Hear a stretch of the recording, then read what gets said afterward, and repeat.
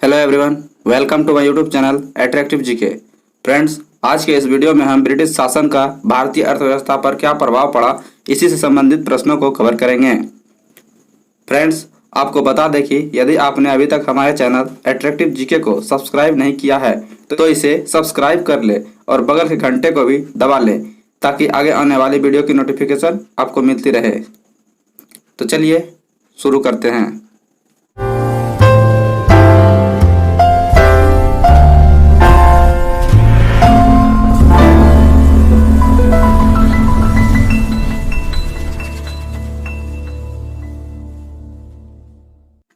अंग्रेजी शासन का प्रभाव किस क्षेत्र में अधिक पड़ा?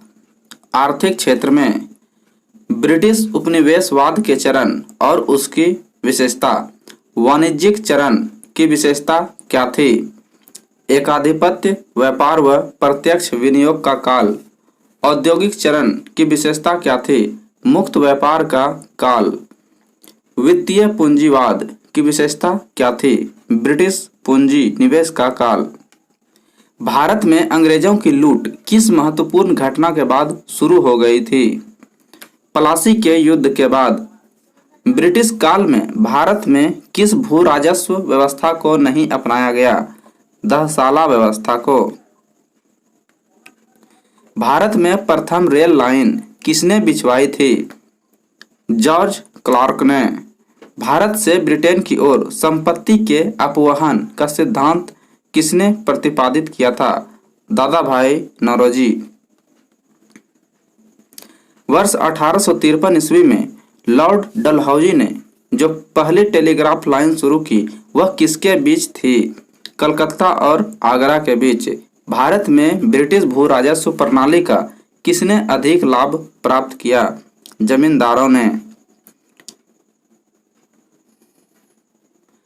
भारत में सबसे पहला सूती वस्त्र मिल किस शहर में स्थापित किया गया था? बंबई में।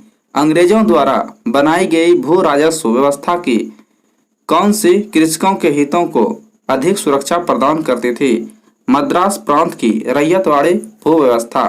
किसके द्वारा बंगाल और बिहार का अस्थायी बंदोबस्त या इस्तेमारी बंदोबस्त शुरू किया गया था? Lord Cornwallis. ब्रिटिश सरकार ने भारत में अस्थायी बंदोबस्त कब लागू किया? 1793 ईस्वी में। रैयतवाड़ी व्यवस्था कब लागू की गई थी? 1820 ईस्वी में। पहली बार औपचारिक रूप से महालवाड़ी प्रथा कब लागू की गई थी? 1822 ईस्वी में। अस्थायी बंदोबस्त जिन क्षेत्रों में लागू किए गए थे वह कौन कौन शामिल हैं?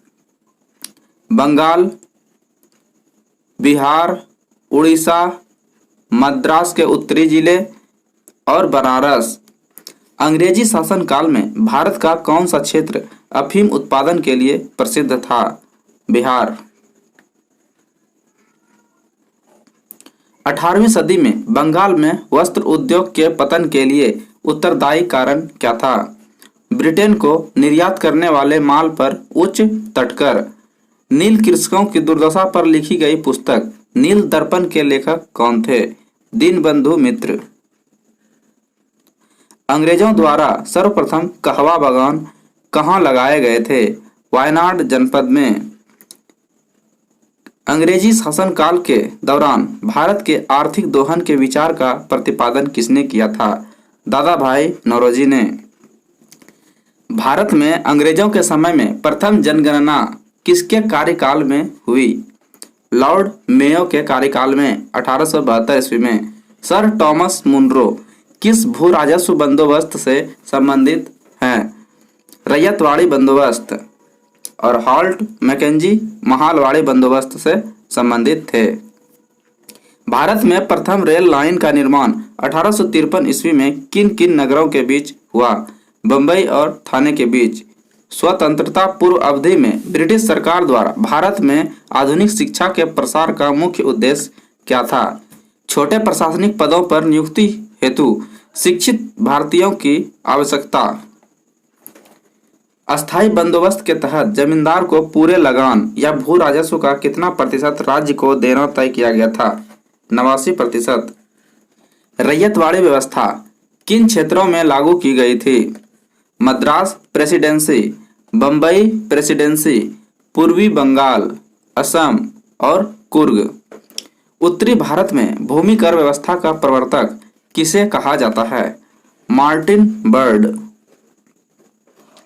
समस्त अंग्रेजी भारत की सर्वाधिक भूमि पर 51% भूमि पर अपनाई गई भू राजस्व व्यवस्था कौन सी थी?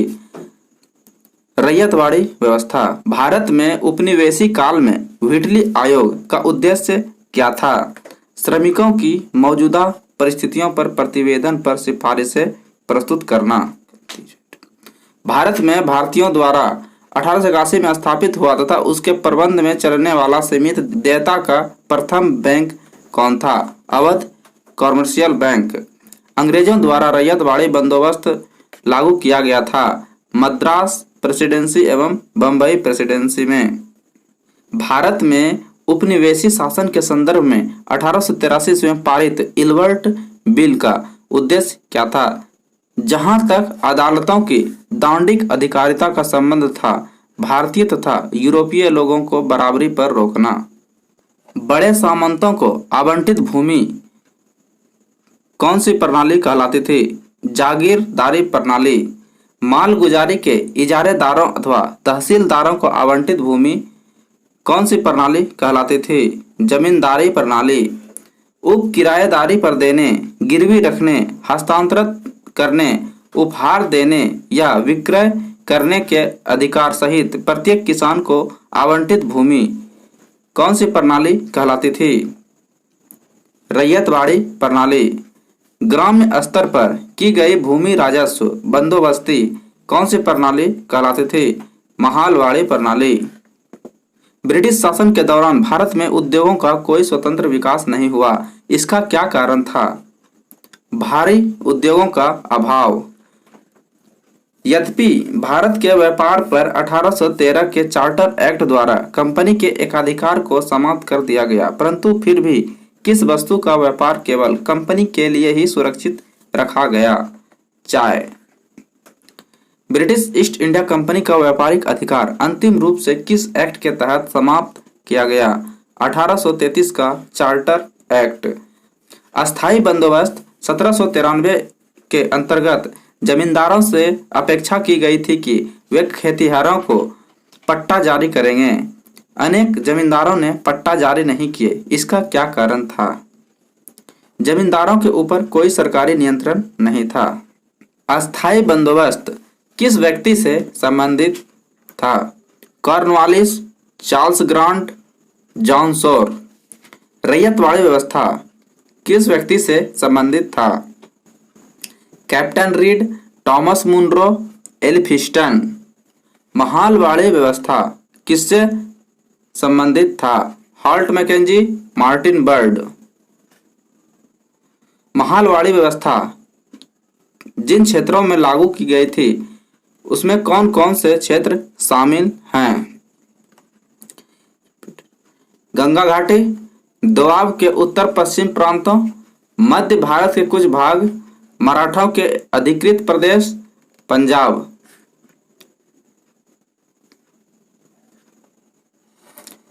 बंगाल काश्तकारी अधिनियम किस वर्ष लागू किया गया था? 1885 ईस्वी में। अवध लगान अधिनियम एवं मद्रास काश्तकारी विधेयक किस वर्ष लागू किया गया था? 1886 ईस्वी में।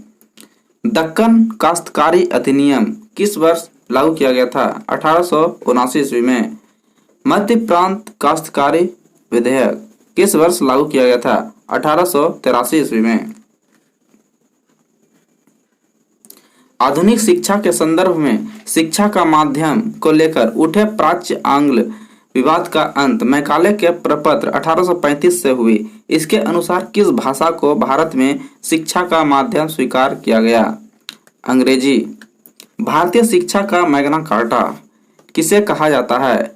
वुड डिस्पैच 1854 को। किसने 1911 में प्राथमिक शिक्षा को निःशुल्क एवं अनिवार्य बनाने वाला विधेयक इंपीरियल लेजिस्लेटिव काउंसिल में प्रस्तुत किया, जिसे प्राथमिक शिक्षा का मैग्ना कार्टा कहा गया? गोपाल कृष्ण गोखले। शिक्षा से संबंधित आयोग समिति कौन सी है? हर्टोग समिति, लिंडसे आयोग, स्प्रू समिति, सार्जेंट आयोग।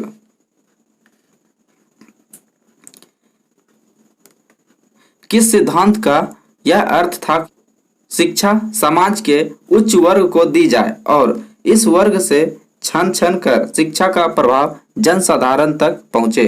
अधोमुखी निस्यंद सिद्धांत, डाउनवर्ड फिल्ट्रेशन थ्योरी। भारत में आधुनिक शिक्षा का जन्मदाता किसे कहा जाता है? चार्ल्स ग्रांट को। हिंदू कॉलेज कलकत्ता जो 1817 ईस्वी में स्थापित किया गया था, जो कि पाश्चात्य पद्धति पर उच्च शिक्षा देने का प्रथम कॉलेज था, जिसका धार्मिक शिक्षा से कोई संबंध नहीं था, की स्थापना किसने की थी? डेविड हेयर ने। भारतीय दस्तकारी उद्योग के पतन के क्या कारण थे? अंग्रेजों द्वारा भारतीय बुनकरों के तैयार माल को कम से कम मूल्य पर लेना, अंग्रेजों द्वारा कच्चे माल पर नियंत्रण, इंग्लैंड में आयात की जाने वाली भारतीय वस्तु पर भारी आयात कर, भारत में अनऔद्योगिकीकरण या प्राग औद्योगिकीकरण की अवधि क्या थी? 1800 से 1850 ईस्वी। भारत में आधुनिक उद्योगों की स्थापना कब हुई? 1850 ईस्वी में। भारतीय बुनकरों की दयनीय हालत पर किस गवर्नर जनरल ने टिप्पणी की? इनका दुख दर्द समूचे इतिहास में अतुलनीय है। कपड़ा बुनकरों की हड्डियों से भारत की धरती सफेद हो गई है। William Bentinck. भारत में रेलवे के निर्माण के क्या कारण थे? ब्रिटिश उद्योगों में उत्पादित वस्तुओं की तेजी से खपत एवं ब्रिटिश उद्योगों के लिए भारत के विभिन्न भागों से कच्चे माल की आपूर्ति। विस्तृत भारतीय समाज को एक राजनीतिक प्रशासनिक सूत्र में आबद्ध करना। आंतरिक विद्रोह को बाह्य आक्रमण के दौरान सेना का तेजी से आवागमन। किसने भारत में रेलवे की स्थापना को आधुनिक उद्योग का अग्रदूत या जननी की संज्ञा दी? कार्ल मार्क्स ने। पहली आधुनिक पटसन मिल कहाँ स्थापित हुई? रिसरा, पश्चिम बंगाल में। पहले आधुनिक लोहा इस्पात उद्योग की स्थापना कहाँ हुई? बिहार में। बिखरे हुए स्वायत्त गांवों के कवचों को इस्पात के रेलों से छेद दिया गया, जिससे उनके जीवन रक्त का ह्रास हो गया। यह किसने कहा? बुकानन ने। भारतीय राजाओं द्वारा कर लेना सूर्य द्वारा भूमि से पानी लेने के समान था, जो कि पुनः वर्षा के रूप में भूमि पर उर्वरता देने के लिए वापस आता था। पर अंग्रेजों द्वारा लिया गया कर भारत में वर्षा न करके इंग्लैंड में ही वर्षा करता था। यह कथन किसका है? आर.सी. दत्त। हमारी पद्धति बहुत कुछ स्पंज की तरह काम करती है। यह गंगा के तटों से सभी अच्छी चीजों को सोख लेती है और टेम्स के तटों पर उन्हें निचोड़कर गिरा देती है। यह उक्ति किसकी है? जॉन सुलिवान का। कांग्रेस के किस अधिवेशन में पहली बार कांग्रेस द्वारा मौलिक अधिकारों और राष्ट्रीय आर्थिक कार्यक्रमों से संबंधित प्रस्ताव पारित किए गए? कराची अधिवेशन 1931 ईस्वी। कांग्रेस के कराची अधिवेशन मार्च 1931 के अध्यक्ष कौन थे? सरदार वल्लभ भाई पटेल। स्ट्रेची आयोग 1880 किस गवर्नर जनरल से संबंधित है? Lord Ripon. लियाल आयोग 1897 किस गवर्नर जनरल से संबंधित है? Lord Elgin. मैकडोनल आयोग 1900 किस गवर्नर जनरल से संबंधित है? Lord Curzon. वुड हेड आयोग 1943 से 44 ईस्वी किस गवर्नर जनरल से संबंधित है? Lord Wavell. 20वीं सदी के पूर्वार्ध में देश का भीषणतम अकाल 1942-43 में कहाँ पड़ा था? बंगाल में। ब्रिटिश काल में कौन कौन से उद्योग धंधे विकसित हुए? जूट, कोयला, लोहा व इस्पात, मशीनी पुर्जों के। 1938 ईस्वी के अंत में भारतीय राष्ट्रीय कांग्रेस के अनुरोध पर जो राष्ट्रीय योजना समिति बनाई गई, उसके अध्यक्ष कौन थे? जवाहरलाल नेहरू। अकालों को रोकने तथा अकाल पीड़ितों की सहायता हेतु भारत सरकार ने अकाल संहिता कब प्रचारित किया? 1883 ईस्वी में। भारत में विकेंद्रीकरण का शुभारंभ किसके समय में हुआ? लॉर्ड मेयो के समय में। रेल विभाग के लिए पृथक रूप से रेलवे बजट कब आरंभ हुआ? 1924-25 में ऑकवर्थ कमेटी की सिफारिश के आधार पर। ब्रिटिश नागरिकों को सर्वप्रथम किस वर्ष भारत में भूमि खरीदने एवं बसने की अनुमति मिली? 1833 ईस्वी में। The economic history of India के लेखक कौन हैं? रमेश चंद्र दत्त। भारत में इस्पात का उत्पादन सर्वप्रथम कब प्रारंभ हुआ? 1913 ईस्वी में। अंग्रेज घुसपैठियों ने भारत के करधे को तोड़ डाला और चरखे को नष्ट कर दिया, यह कथन किसका है? कार्ल मार्क्स का। दादा भाई नौरोजी ने अंग्रेजों द्वारा किए गए किस कार्य को अनिष्टों का अनिष्ट की संज्ञा दी? धन के निकास का। यह कथन भारत और इंग्लैंड के आर्थिक हित प्रत्येक क्षेत्र में टकराते हैं, किसका है? जवाहरलाल नेहरू का। Poverty and un British rule in India के लेखक कौन हैं? दादा भाई नौरोजी। भारतीय अर्थविदों में कौन कौन शामिल है?